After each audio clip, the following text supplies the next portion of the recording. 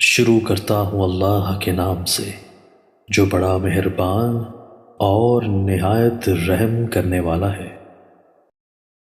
سیدنا عبداللہ بن عباس رضی اللہ تعالیٰ عنہما سے مروی ہے کہ سیدنا عمر رضی اللہ تعالیٰ عنہ رسول اللہ صلی اللہ علیہ وآلہ وسلم کے پاس آئے جبکہ آپ صلی اللہ علیہ وآلہ وسلم ایسے چٹائی پر لیٹے ہوئے تھے جو آپ صلی اللہ علیہ وآلہ وسلم کے پہلو میں اپنا اثر چھوڑ چکی تھی۔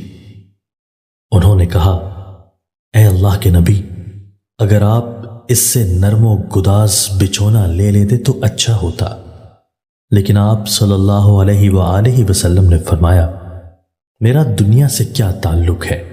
میری اور اس دنیا کی مثال تو سوار کی سی ہے جو گرم دن میں سفر کر رہا ہو اور دن کی ایک گھڑی کے لیے کسی درخت کا سایہ حاصل کرے اور پھر اس کو چھوڑ کر چل دے۔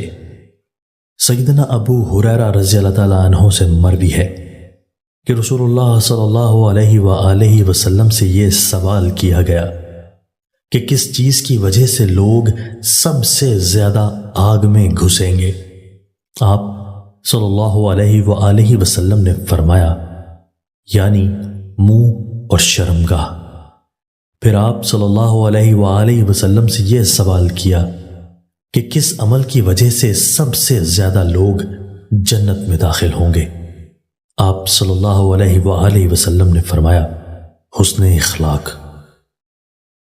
سیدنا عمر بن خطاب رضی اللہ تعالیٰ عنہ بیان کرتے ہیں اور کہ رسول اللہ صلی اللہ علیہ وآلہ وسلم نے فرمایا،